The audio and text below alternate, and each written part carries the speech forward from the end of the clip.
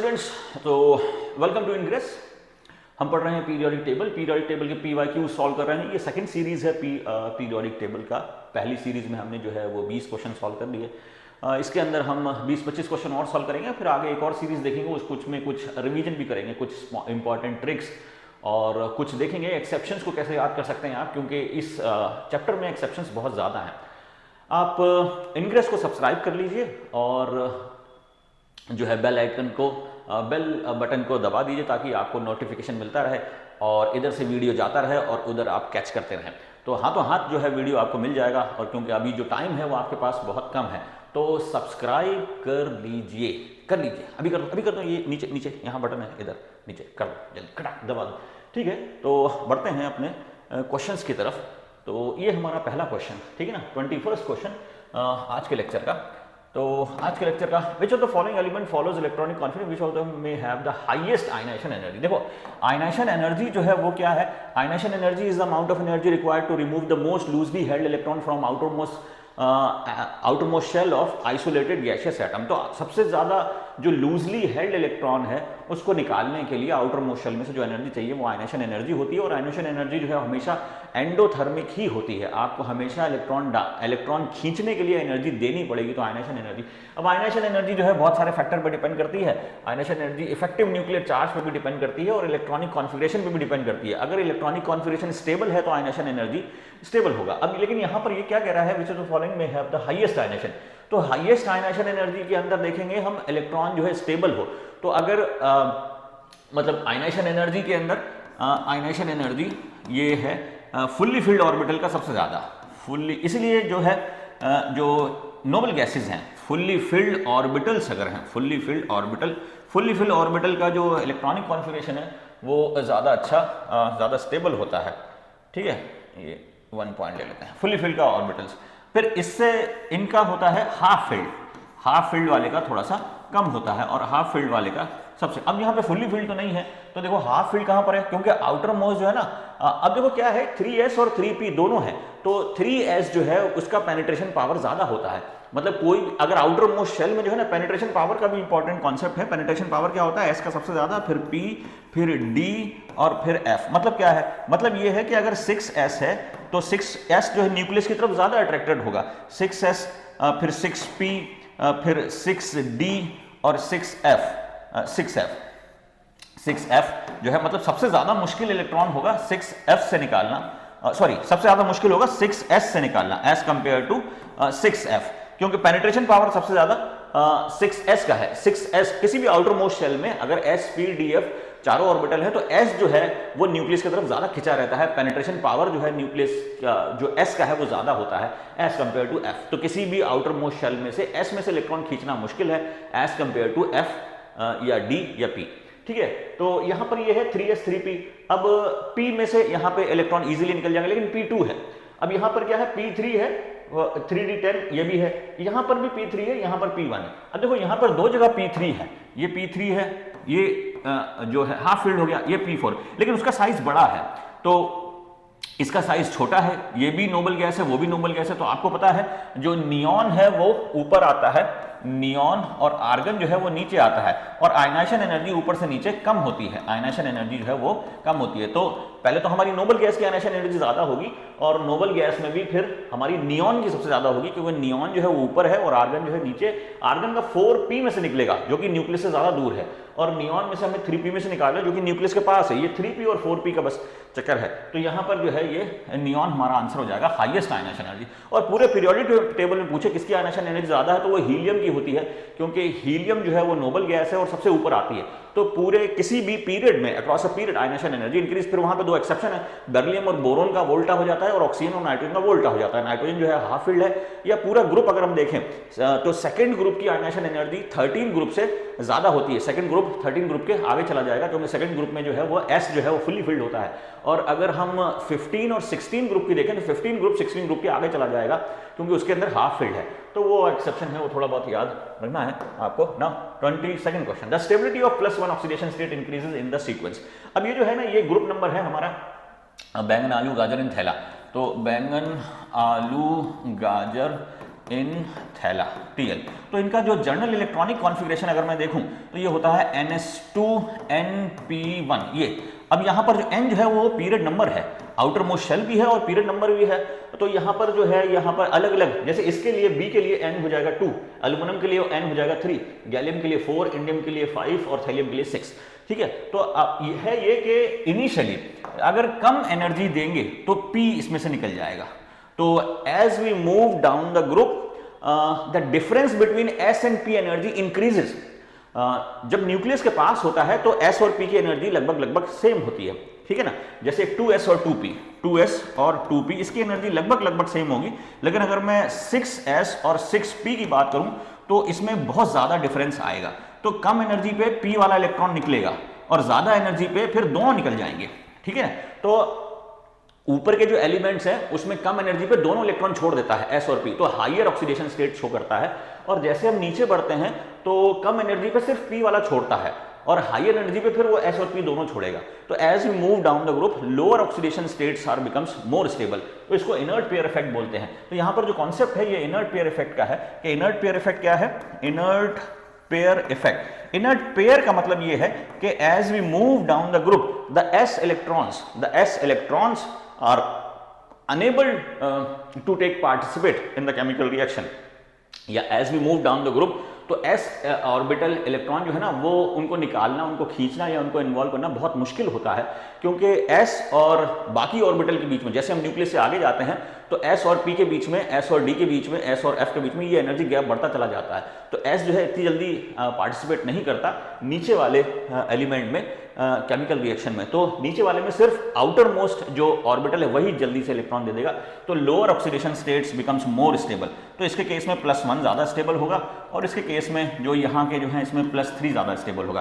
तो as we move down the group lower oxidation states becomes more stable. This is because of inert pair effect. Inert pair effect, तो इसमें जो answer है वो ये हो जाएगा, ठीक है ना। तो थैलियम जो है ये +1 में ज्यादा स्टेबल है, फिर इंडियम, फिर ये जो है एल्यूमिनियम और गैलियम तो ज्यादातर +3 में ही पाए जाते हैं और थैलियम जो है ज्यादातर +1 में पाया जाएगा। अब इसके ऊपर जो है इसी बेसिस पे आपका एक और क्वेश्चन है ये कि as we move down the group, अगर SnCl4 और SnCl2 की बात करें तो ये तो हमारा 15 ग्रुप था, ये तो हमारा 13 ग्रुप था। अगर मैं ये कार्बन फैमिली की बात करूं तो कार्बन फैमिली में इनर्ट पेयर इफेक्ट जो है ना वो बहुत ज्यादा प्रोनाउंस्ड फॉर्म में रहता है। तो कार्बन, सिलिकॉन, जर्मेनियम, टिन और लेड। तो as we move down the group, अब ये जो है ये इसका इलेक्ट्रॉनिक कॉन्फिगरेशन जनरेट किया है NS2Np2।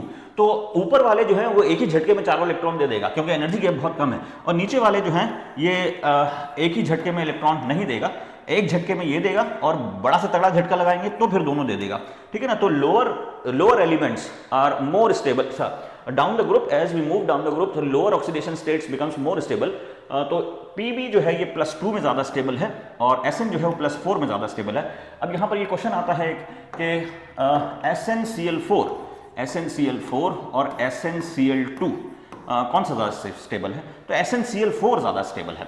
तो SnCl2 जो है ये गुड रिड्यूसिंग एजेंट है, SnCl2, क्योंकि SnCl2 जो है वो SnCl4 में कन्वर्ट होना चाहता है और ये यहां पर ऑक्सीडेशन स्टेट कितना है, यहां पर ऑक्सीडेशन स्टेट है इसका +2। तो Sn+2 जो है ये कन्वर्ट होना चाहता है Sn+4। वो कब होगा, जब ये 2 इलेक्ट्रॉन दे देगा। तो electron donors are reducing agent. तो SnCl2 जो है वो ये हमारा कम स्टेबल है और SnCl4 ज्यादा स्टेबल है। तो SnCl2 कभी आता है वो SnCl4 में कन्वर्ट हो जाएगा, ये रिएक्शन फॉलो करतेगा, because SnCl2 is less stable than SnCl4, hence it loses 2 electron and act as reducing agent, ठीक है। तो वो भी इनर्ट पेयर इफेक्ट के ऊपर है। तो SnCl2, ऐसी PbCl2 की बात करें तो PbCl2 is more stable, PbCl2 is more stable then PbCl4।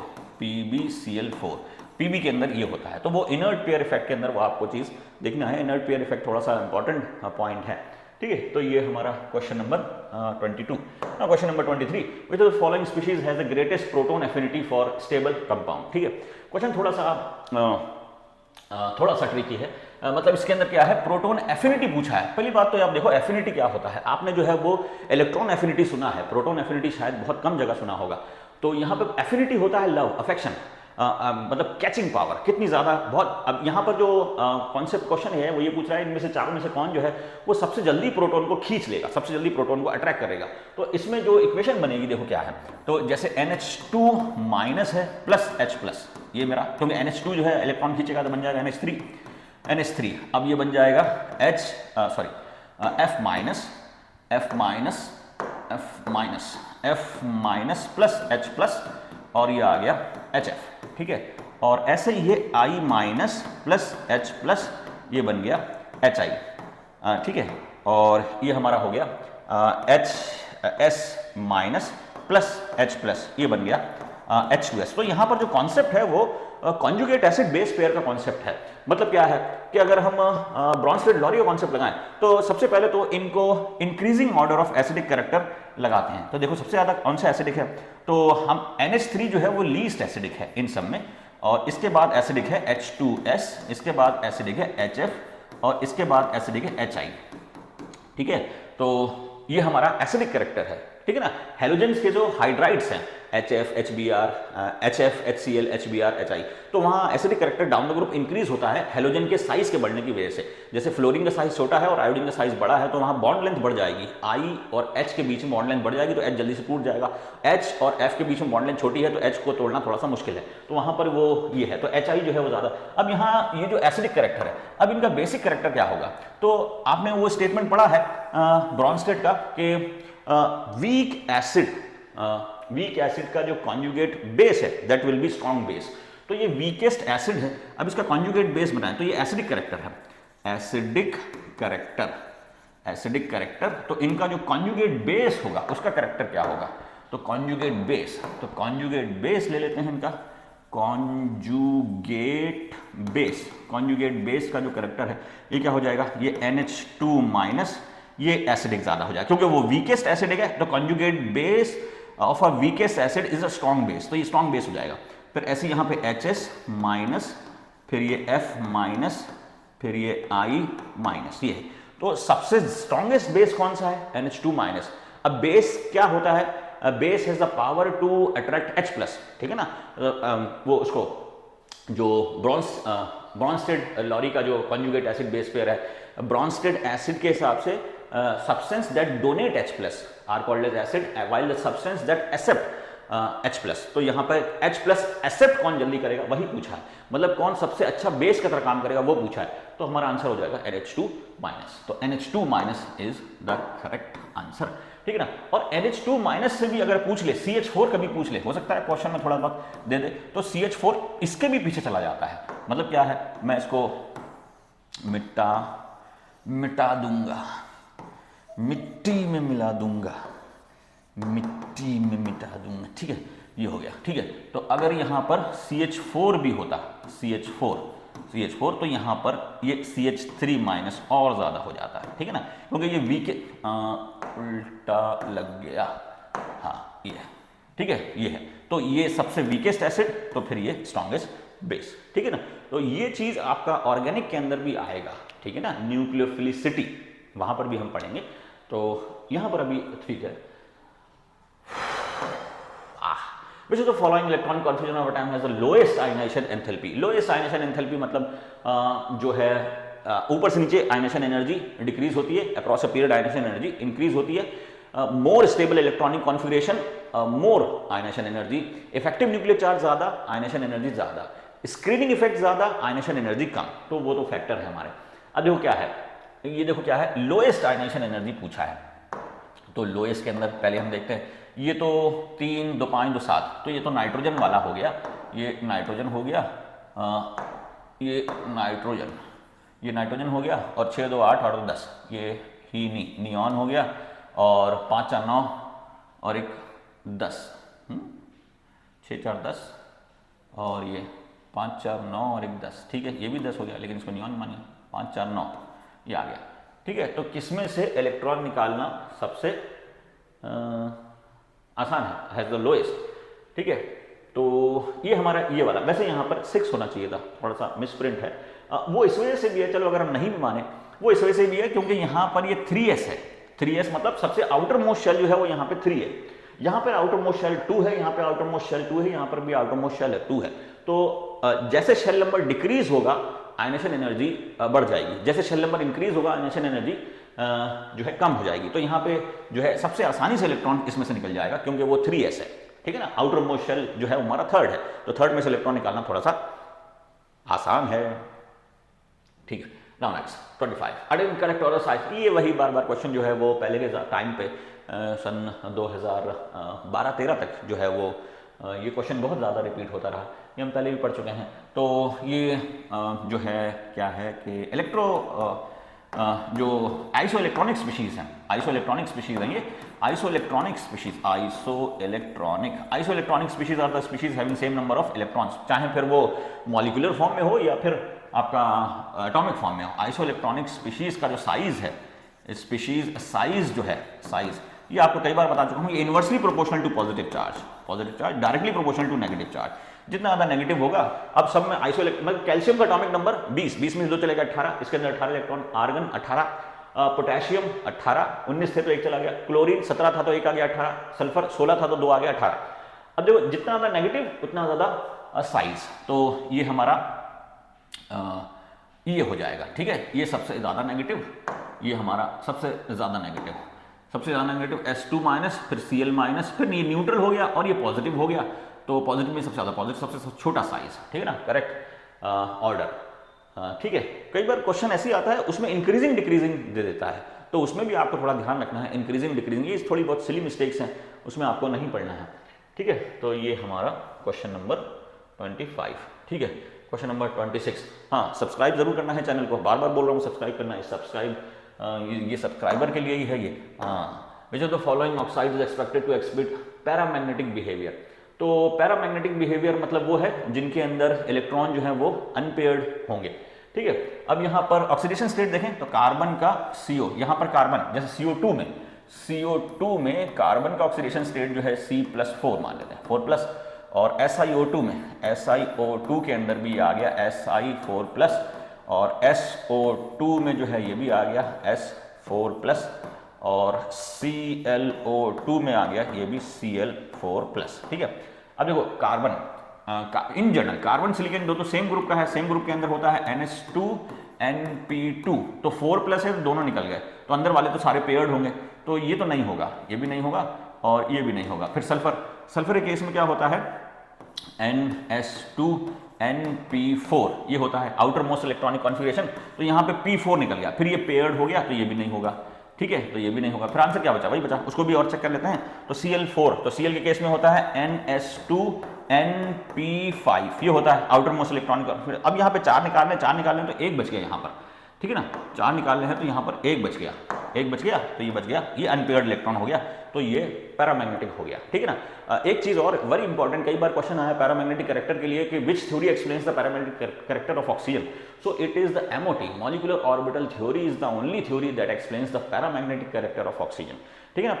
Paramagnetic substance क्या होते हैं, paramagnetic substance are the substance that are attracted towards magnetic field, ठीक है। और वो जो मैग्नेटिक मोमेंट निकलता है वो N×N+2 ये निकलता है, ठीक है ना।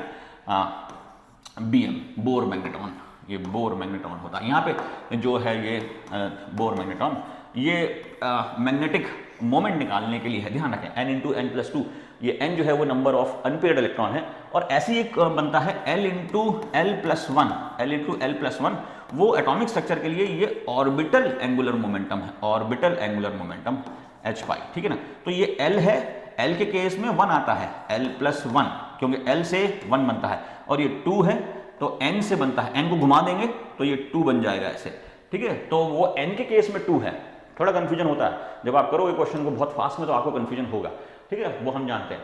तो वो N×N+2 ये मैग्नेटिक मोमेंट है, ये ऑर्बिटल एंगुलर मोमेंटम है, ठीक है ना। वो L एजीमुथल क्वांटम नंबर, ये नंबर ऑफ अनपेयर्ड इलेक्ट्रॉन, ठीक है, ज्यादा ज्ञान नहीं।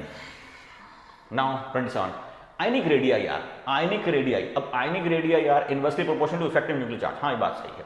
तो ऊपर से नीचे जाते हैं, देखो effective nuclear charge Z effect क्या होता है, ये होता है Z - sigma is the screening constant.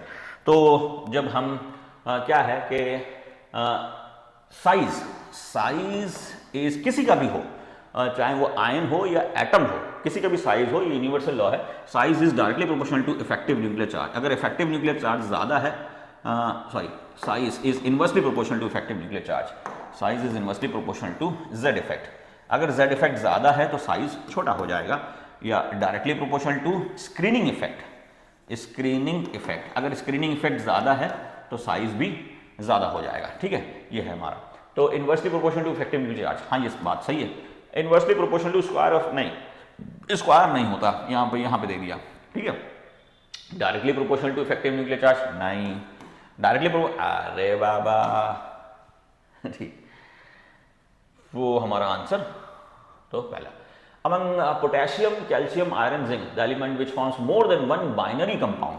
Binary compound मतलब जो एक से ज़्यादा, बाइनरी कंपाउंड मतलब जैसे FeCl3, FeCl2 एक से ज़्यादा कंपाउंड बनाता है, तो ट्रांजिशन एलिमेंट जो है वो एक से ज़्यादा बनाते हैं, क्योंकि आयरन जो है मोर than one oxidation state show करता है, +2 +3। और जिंक जो है, हालांकि जिंक, अच्छा जिंक जो है ये ट्रांजिशन एलिमेंट नहीं है, ध्यान रखें।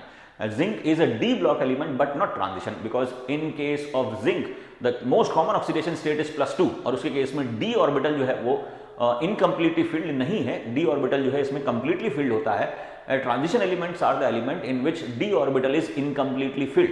तो जिंक जो है, zinc is not a transition element, ध्यान रहे। ट्रांजिशन एलिमेंट जो है ये बाइनरी कंपाउंड बनाते हैं, तो आयरन इसके केस में आंसर हो जाएगा। पोटेशियम जो है वो जनरली ज़्यादा नहीं बनाता, क्योंकि पोटेशियम जो है +1 ऑक्सीडेशन शो करता है, और कैल्शियम भी जो है वो +2 करता है, ऐसी जिंक भी जो है वो +2 करता है। तो जिंक इज नॉट, जिंक के नीचे वाले जिंक, मरकरी, वो जो है, और एक और होता है, ठीक है, वो तो पूरा सीरीज मुझे याद है, वैसे याद है। तो जिंक के नीचे वाले जो ग्रुप है, जिंक पूरा ग्रुप जो है ये ट्रांजिशन एलिमेंट नहीं है, although it is a d block element. तो उसमें आपको एक स्टेटमेंट मिल जाएगा, ऑल जो d block, all d block elements are not transition but all transition elements are d block element. तो जितने भी ट्रांजिशन एलिमेंट है वो तो डी ब्लॉक होते ही होते हैं, लेकिन सारे डी ब्लॉक एलिमेंट ट्रांजिशन हो ऐसा नहीं है। इसमें जिंक और जिंक के ग्रुप वाले नीचे वाले ये जो है ये एक्सेप्शन है। 29 which of the following statement is true? Silicon exhibit 4 oxidation number in its compound. नहीं, सिलिकॉन जो है वो 4 से ज्यादा भी करता है, 4 से कम भी करता है। Bond energy of F2 is less than Cl2। ये स्टेटमेंट देखो, ये जो हेलोजन का जो ग्रुप है ना, इसमें कुछ एक्सेप्शंस ज्यादा है।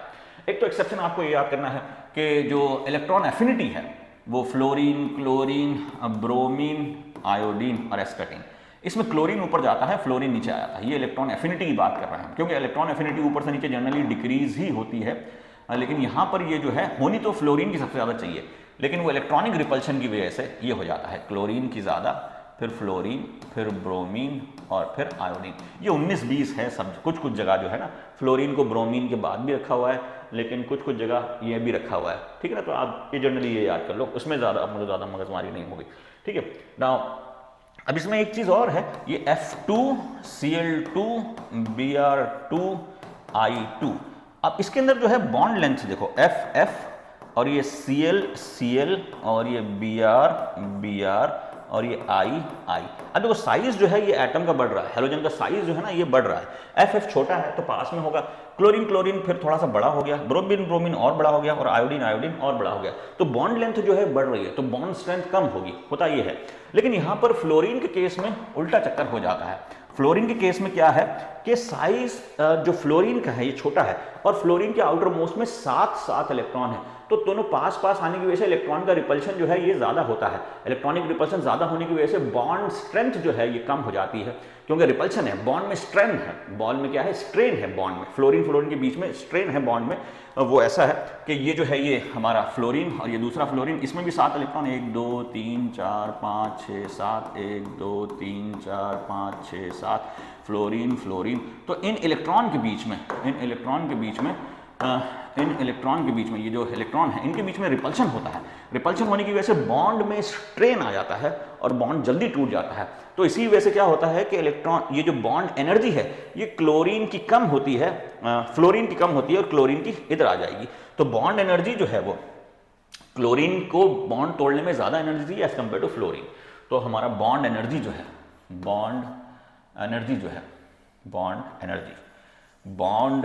जो है ये क्लोरीन की ज्यादा, Cl2 then fluorine then bromine and then iodine, ये होता है, ये इलेक्ट्रॉनिक रिपल्शन की वजह से। और वही स्टेटमेंट वहाँ पर भी है कि जो हमारा इलेक्ट्रॉन एफिनिटी होती है फ्लोरीन की, वो भी क्लोरीन से कम होती है बिकॉज ऑफ रिपल्शन, क्योंकि फ्लोरीन के आउटर मोस्ट शेल में 7 इलेक्ट्रॉन है और दूसरे इलेक्ट्रॉन को जनरली इतना ज़्यादा पसंद नहीं करता। Although it wants to get stable, electron तो एक्सेप्ट करता है लेकिन क्लोरीन के कंपेयर में वो धीमे करता है, इसलिए electron affinity of fluorine is less.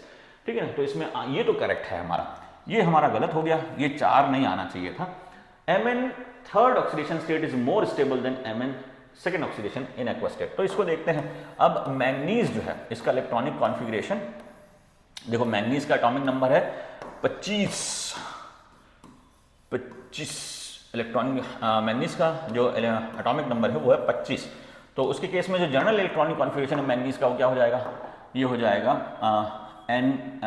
ND5 NS2। अभी N कितना होगा, तो ये होता है 4, तो यहाँ पे 4N-1 आएगा, गलतियाँ कर देता है बेटा, ये N-1D, ये ट्रांजिशन एलिमेंट का जनरल इलेक्ट्रॉनिक कॉन्फ़िगरेशन। तो ये मैंगनीज का है। अब यहाँ पर मैंगनीज जो है वो 4th पीरियड में आता है, तो ये 4s2 और 3d5 ये है।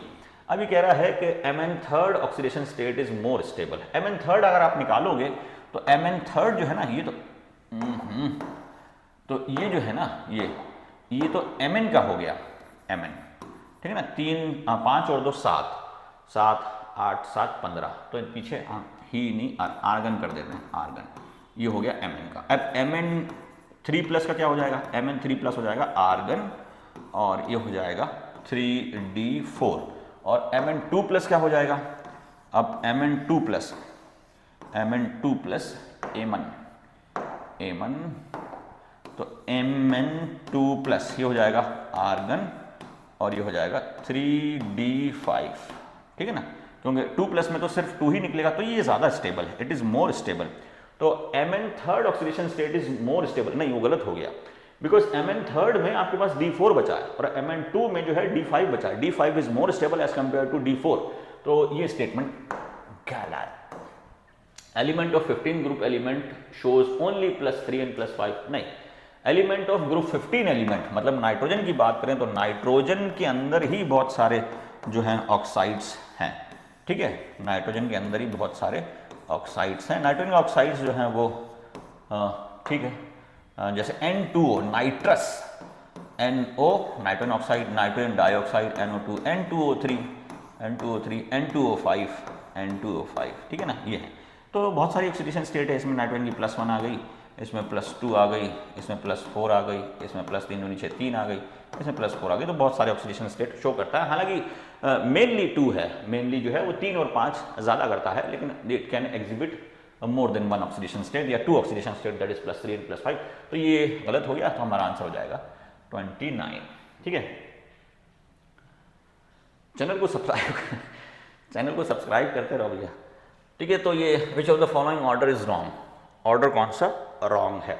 तो अब जैसे ये जो है, ये याद करने में थोड़ा मुश्किल होता है एसिडिक बेसिक कैरेक्टर, ये मैं इस जो सीरीज़ है इसके लास्ट में जो आपको ट्रिक बताऊंगा, बिल्कुल बहुत अच्छी ट्रिक है, वो आपको याद हो जाएगी, अभी नहीं बता रहा मैं आपको, क्योंकि वो एक साथ ही हम याद कर लेंगे, ठीक है। तो acidic character NH3PH3 and ASH3, ठीक है, ये एसिडिक, अगर आपको नहीं याद है कोई बात नहीं, आगे बढ़ते हैं।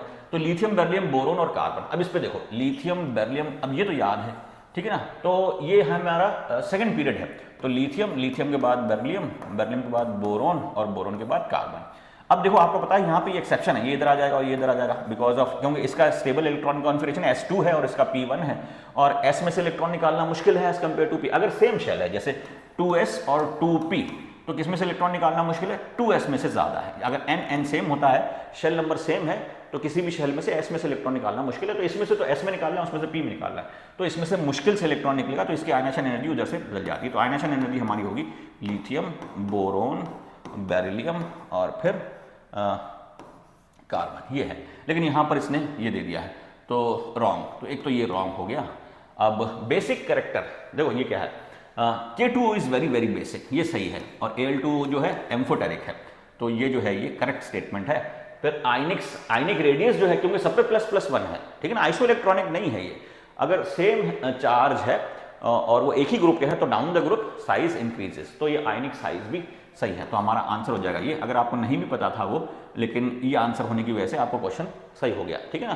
तो एक दो ऑप्शन आपको नहीं पता है तो भी आपको सारे ऑप्शन पढ़ने हैं, तो हो सकता है आपको जो आंसर पता हो वो ही हो, ठीक है। तो ये भी हमारा सही हो जाएगा, दिस करेक्टेड। तो इसका जो है रॉन्ग पूछा था इसमें, रॉन्ग, तो ये जो है ये रॉन्ग है, ये यहाँ पर रॉन्ग हो गया, इसको उल्टा होना चाहिए था बेरिलियम और बोरोन को। तो ये एसिडिक कैरेक्टर याद रखें, अमोनिया PH3 ASH3, क्योंकि जो यहाँ पे नाइट्रोजन है ना, यहाँ पे जो है वो लोन पेयर की वजह से होता है, ठीक है। जो साइज बढ़ेगा तो वो लोन पेयर जो है वो जो है एक्सेप्टिंग, तो या फिर हाइड्रोजन की वजह से करें तो हाइड्रोजन की वजह से भी जो है ये एसिडिक कैरेक्टर ये सही है। तो ASH3 जो है वो जल्दी H+ दे देगा एज कम्पेयर टू NH3, क्योंकि ASH3 में साइज जो है वो आर्सेनिक का बड़ा है, तो उसमें से प्रोटॉन का निकलना आसान है, ठीक है। तो वो हमारा वो सही हो जाएगा ना। Next, correct order of first ionization potential of the following. तो ये आयनाइजेशन पोटेंशियल पे बहुत बार क्वेश्चन आया है, ठीक है। तो हमारा हम देखते हैं बेरिलियम, बोरोन, कार्बन, नाइट्रोजन और ऑक्सीजन, यहीं तक दिया है। अब एक चेंज तो यहाँ पर है, ये उधर चला जाएगा, और एक चेंज यहाँ पर है, ये इधर चला जाएगा। सबसे पहले आ जाएगा बोरोन, बोरोन के बाद बेरिलियम, बेरिलियम के बाद कार्बन, कार्बन के बाद ऑक्सीजन, ऑक्सीजन के बाद नाइट्रोजन। अब इसमें से चूज कर लो, तो nitrogen, oxygen, carbon, beryllium, boron, पहला ऑप्शन हो जाएगा, ठीक है। ये वो ठीक है। Now next question number 31, 32. Now, of the given element configuration for the element, which electronic configuration indicates that there will be abnormally high difference in the second and third ionization energy? हाँ, ये थोड़ा सा अच्छा question है, ठीक है। तो यहाँ पर ये जो है there will be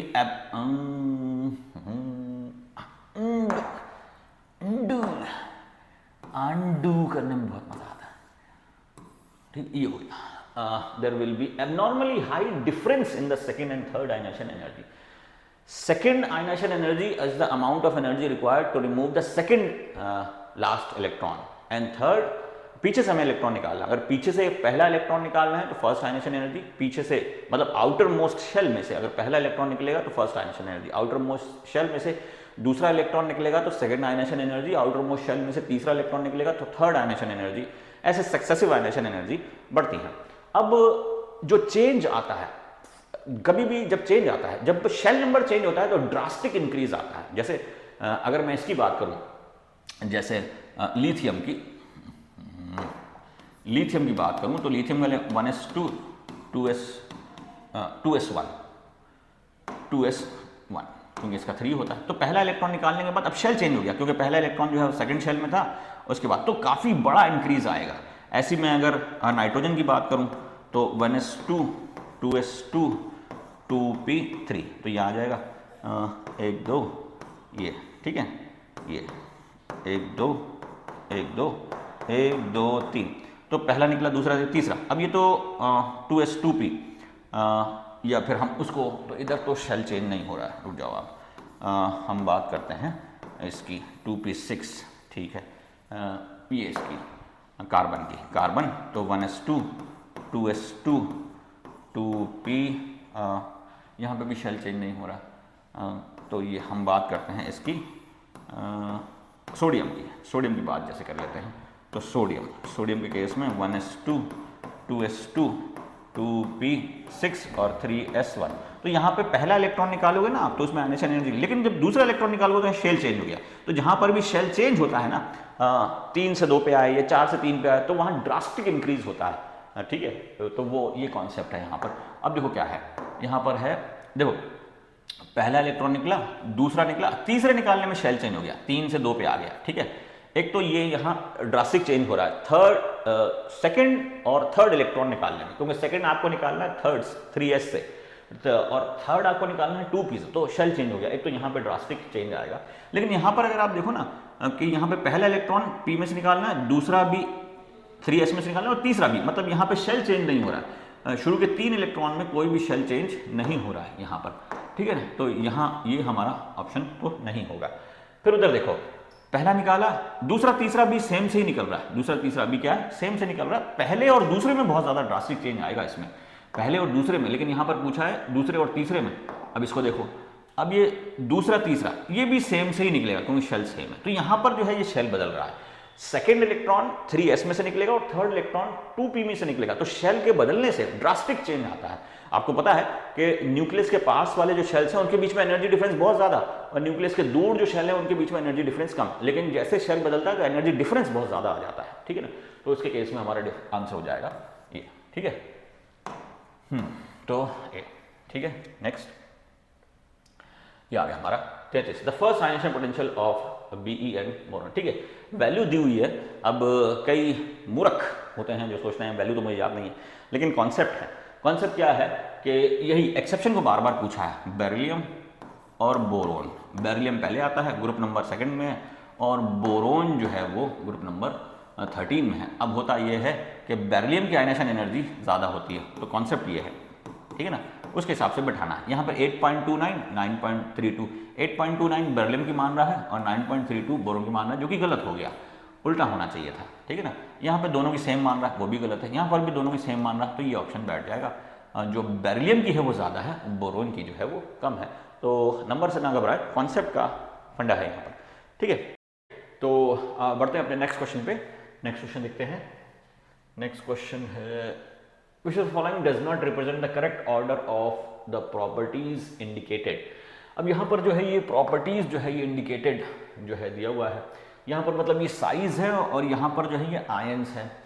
अब यहाँ पर ये साइज है और यहाँ पर ये एटम है। यहाँ पर अनपेयर्ड इलेक्ट्रॉन, यहाँ पर भी अनपेयर्ड इलेक्ट्रॉन। तो देखो क्या है कि ये थर्ड सीरीज है, तो थर्ड सीरीज हमारी क्या हो जाएगी, जैसे सक, टी, वी, कर, मन, फे, को, नी, कु, जन। तो क्या होता है, size first decrease then becomes constant and then increase.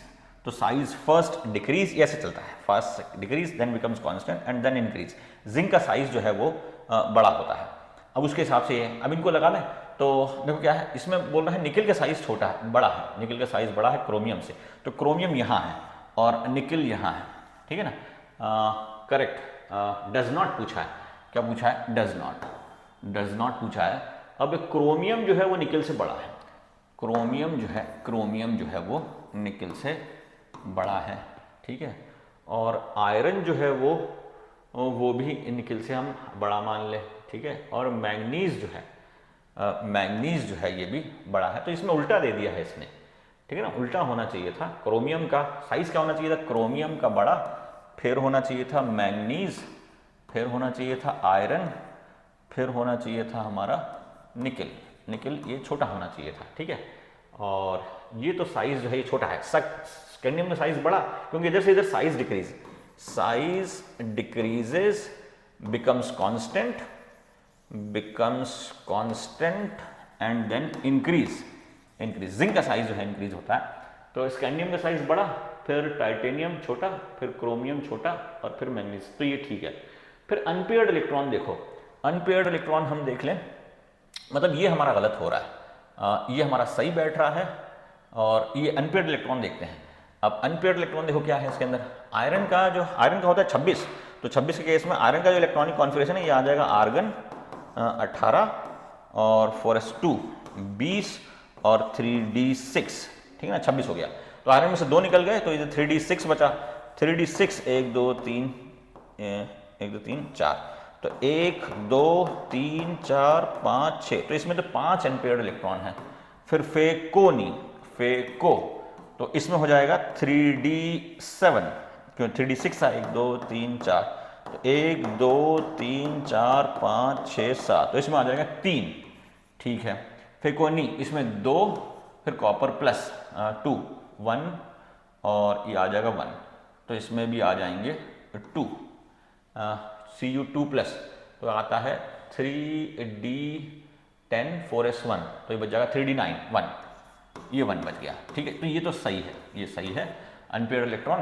और मैंगनीज, अब निकल में सबसे कम है, तो निकल में कितने हैं, 2 हैं। निकल में 2 अनपेयर्ड इलेक्ट्रॉन, इसमें 5 हैं और इसमें भी 5 हैं और इसमें फेको इसमें 4 हैं। तो ये हालांकि ये उस हिसाब से तो इंक्रीजिंग डिक्रीजिंग में तो नहीं दिया है, लेकिन एक आपको आइडिया दिया है कि निकल में सबसे कम होंगे, फिर निकल से ज़्यादा इसमें होंगे, निकल से ज़्यादा इसमें होंगे और इससे ज़्यादा इसमें होंगे। तो उस हिसाब से तो ये सही बैठ रहा है।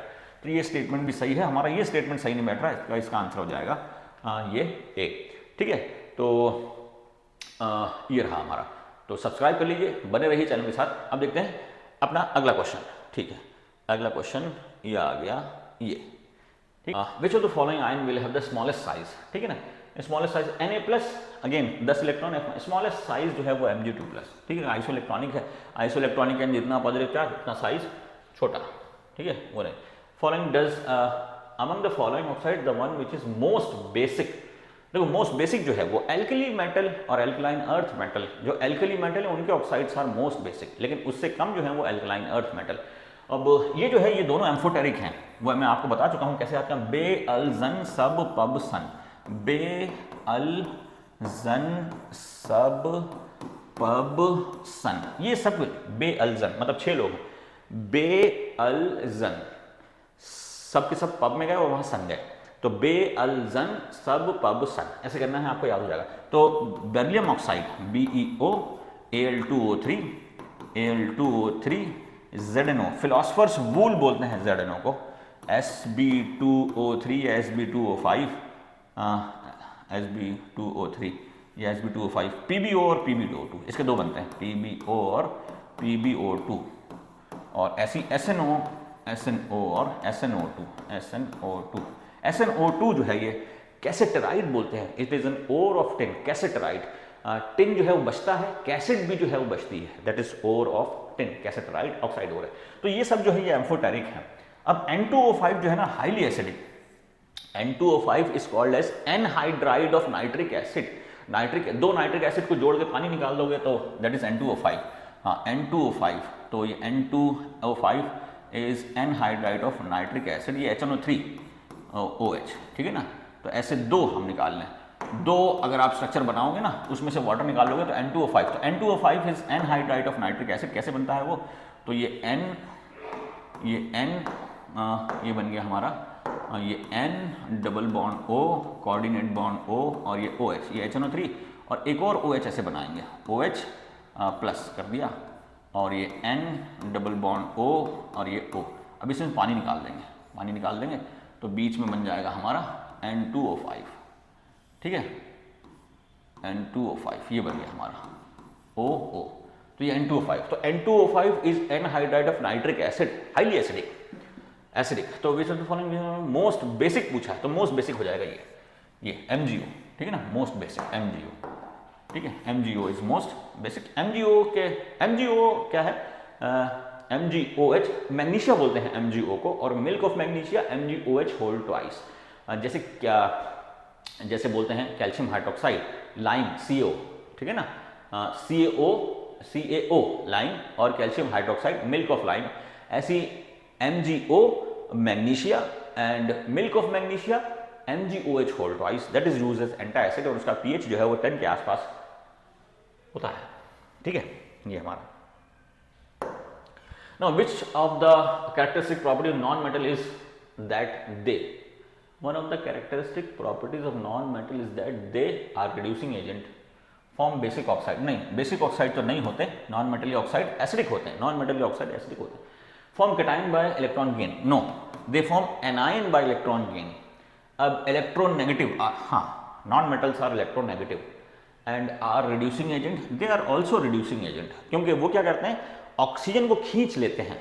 जैसे अगर हम बात करें इसकी, अगर मैं Na या KO की बात करूं, K2O प्लस, ये हम बात करें कोई भी हम नाइट्रोजन ले लें, तो for example NO2 plus K, ऐसे बन जाता है। मतलब ये है कि जो मेटल ऑक्साइड्स हैं, मेटल ऑक्साइड्स जो हैं उनमें से जो है ये ऑक्सीजन खींच लेता है और मेटल को एक तरीके से रिड्यूस कर देता है, क्योंकि because addition of oxygen is oxidation and removal of oxygen is reduction, तो मेटल ऑक्साइड को ये रिड्यूस करता है। तो इसके केस में दोनों ऑप्शन सही है, डी भी है और ए भी है। तो क्योंकि जो one of the characteristic property of non metal is that they are electronegative, हाँ most of the non metals are electronegative, electron खींचते हैं, and they can also act as reducing agent. जैसे PH3 जो है ये भी एक रिड्यूसिंग एजेंट है फॉस्फोरस का, या नाइट्रोजन जो है वो रिड्यूसिंग एजेंट मान सकते हैं क्योंकि ऑक्सीजन जो है खींच लेता है। तो इसके केस में दोनों ऑप्शन सही हो सकते हैं, ठीक है। That is now question number 38, which electronic configuration of element has abnormally high difference between a second. अब देखो यहाँ सेकंड और थर्ड पूछ लिया, बिल्कुल वैसे ही क्वेश्चन है,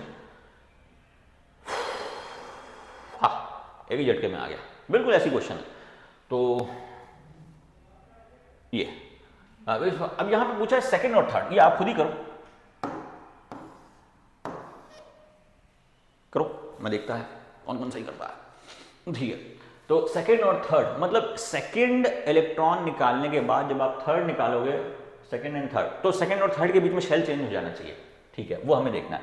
तो कहां पर शेल चेंज होता है, तो यहाँ पे फर्स्ट और सेकंड में शेल चेंज हो रहा है, क्योंकि फर्स्ट निकालने में 3 है और ये 2p है। यहाँ पर फर्स्ट और सेकंड और थर्ड ये 3p1 दे दिया। चलो यहाँ सेकंड और थर्ड भी निकालने में चेंज हो रहा है, ठीक है। यहाँ सेकंड और थर्ड निकालने में चेंज नहीं हो रहा, यहाँ सेकंड और थर्ड निकालने में चेंज हो रहा है, यहाँ सेकंड और थर्ड निकालने में चेंज हो रहा है। अब 3s2 होना चाहिए था यहाँ पर, ठीक है ना, ये यहाँ पे गलती है, थोड़ी थोड़ी गलती है बुक में या क्वेश्चंस में, तो उसके हिसाब से हमारा आंसर हो जाएगा डी, क्योंकि यहाँ सेकंड निकलेगा थर्ड s से और थर्ड इलेक्ट्रॉन निकलेगा 2p से। तो यहाँ शेल चेंज हो रहा है, जब भी शेल चेंज होता है there is drastic change in ionisation energy, और जहाँ पे ड्रास्टिक चेंज होता है तो आयनाइजेशन एनर्जी के डेटा से हमें आउट वैलेंस शेल का भी पता लगता है। जब भी आप ड्रास्टिक चेंज आए आयनाइजेशन एनर्जी में तो वहां से कट ऑफ कर देंगे, उसके आगे वाले इलेक्ट्रॉन वैलेंस शेल इलेक्ट्रॉन कहलाएंगे, ठीक है। तो उस पर भी क्वेश्चन थोड़े बहुत करेंगे, आकाश फाकाश में वैसे वैसे क्वेश्चन दिए।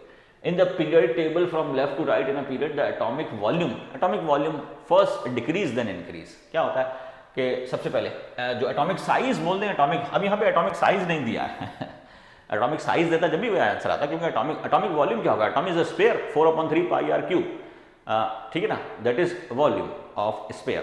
तो अगर आर बढ़ेगा तो वॉल्यूम बढ़ेगा, ठीक है। तो वैसे हमारा क्या होता है, ये हमारा लिथियम, फिर बेरिलियम, फिर boron, carbon, nitrogen, oxygen, fluorine और नियॉन।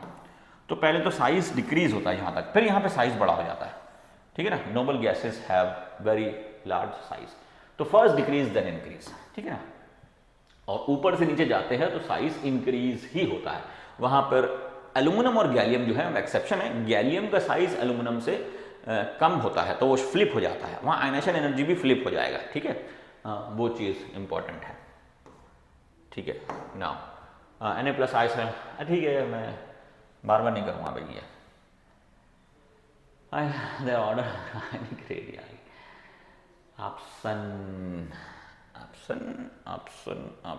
ऑप्शन, अरे यार क्या देता है ऑप्शन, ये ठीक है, ठीक है। आइसोइलेक्ट्रॉनिक का size inversely proportional to charge, one would expect proton to have a very large, proton ये है। अब वेरी लार्ज चार्ज नहीं, चार्ज तो बहुत मतलब चार्ज पे इतना ज़्यादा नहीं है, जितना प्रोटॉन पे चार्ज है उतना इलेक्ट्रॉन पे चार्ज है, बस साइज वो नेचर का फर्क है। आयनाइजेशन पोटेंशियल है तो इसका आयनाइजेशन पोटेंशियल तो होगा ही नहीं, क्योंकि इसमें इलेक्ट्रॉन है ही नहीं। रेडियस भी इसका ज़्यादा नहीं है। हाइड्रेशन, हाँ hydration energy is very very strong of proton, बहुत जल्दी से वाटर की तरफ लपकता है, बहुत जल्दी वाटर के जो लोन पेयर है उस पर लपकता है। Hydration energy is the amount of energy release when 1 mole of cation या 1 cation is occupied by 1 mole of water, या 1 mole of cation is surrounded by 1 mole of water। तो ये जो है, ये हाइड्रोजन जो है ना वाटर के लोन पेयर बहुत जल्दी चिपकता है, तो इसलिए इसकी हाइड्रेशन एनर्जी जो है बहुत ज़्यादा होती है। Hydration energy is very high, proton has very high hydration energy, ठीक है। 41, now 42, which of following set has the strongest tendency to form anion, ठीक है। इसमें से देखना क्या है, फालतू पपलू क्वेश्चन है, क्योंकि ये नॉन मेटल्स हैं and non metals form anion. Non metals की इलेक्ट्रोनेगेटिविटी ज़्यादा होती है, मेटलिक कैरेक्टर कम होता है, ठीक है। Elements of which of the following group will form anion most readily, halogens. अब हैलोजेंस जो हैं वो उनके बारे में बता देता हूँ। Halogens are derived from kelps, जो कैल्प हैं ओशन में, सारगासो सी जो है वहाँ पेड़ से हैलोजन निकलते हैं। अब हैलोजन के केस में फ्लोरीन जो है वो पीले कलर का होता है, ये आप थोड़ा ध्यान रखें। फ्लोरीन, फ्लोरीन से बनता है ये पी, पी मतलब पीला। क्लोरीन से बनता है ये ऐसे जी, जी मतलब ग्रीन। और ब्रोमीन से बनता है रेडिश ब्राउन, रेडिश ब्राउन। और आयोडीन से बनता है अलो, एलो, एलो आई, येलो। ठीक है ना, तो ये येलोइश कलर का होता है। सॉरी, आयोडीन बनता है इंक, इंक, इंक मतलब पर्पल, इंक मतलब पर्पल। आयोडीन जो है वो पर्पल कलर का होता है। ठीक है ना। और आयोडीन 1 2 3, आयोडीन का जो आइसोटोप है 1 2 3, it is used to detect iodine goitre cancer, goitre cancer. ठीक है। In the periodic table with increase in atomic number the metallic character, atomic number increase होगा तो metallic character in the periodic table increase in atomic number the metallic character of an element। अब वो दो तरीके हैं, across a period तो decrease होगा, down the group increase होगा। decrease in a period and the group increase, increase in the decrease in the period, increase in the group। ठीक है ना। metallic character मतलब tendency to donate electron, तो across a period तो non metallic character बढ़ता है और down the group जो है मेटलिक कैरेक्टर बढ़ता है। तो across a period metallic character decrease, down the group metallic character increase. दोनों इसने पूछ लिए हैं, बहुत बदमाश है। The electronic configuration of the 4 elements are given below, which element does not belong to the same family. ठीक है। अब देखो क्या है, किसी भी सेम फैमिली के अंदर इलेक्ट्रॉनिक कॉन्फिगरेशन सेम होता है, बस शेल नंबर बदल जाता है। जैसे मैं अगर एल्कली मेटल की बात करूं, एल्कली मेटल, तो इनका जो इलेक्ट्रॉनिक कॉन्फिगरेशन है ये NS1 होता है। Alkaline earth metal, alkaline earth metal, इनका होता है NS2, alkaline earth. Carbon family NS2, NP2, halogens NS2, NP5, ये होता है। ठीक है। अब जो है डज नॉट बिलोंग, अब देखो इधर क्या है, P5S2, ठीक है, S2 S2 S2, तो इधर आउटर मोस्ट में जो है वो P5 है, S2 है। बाकी सब में जो है ना वो S2 S2 S2 है। यहाँ पे थोड़ा सा मिसप्रिंट है, ये अगर 4F है ना तो ये 6S होना चाहिए, क्योंकि ये N-2 होता है, ये N-1 होता है।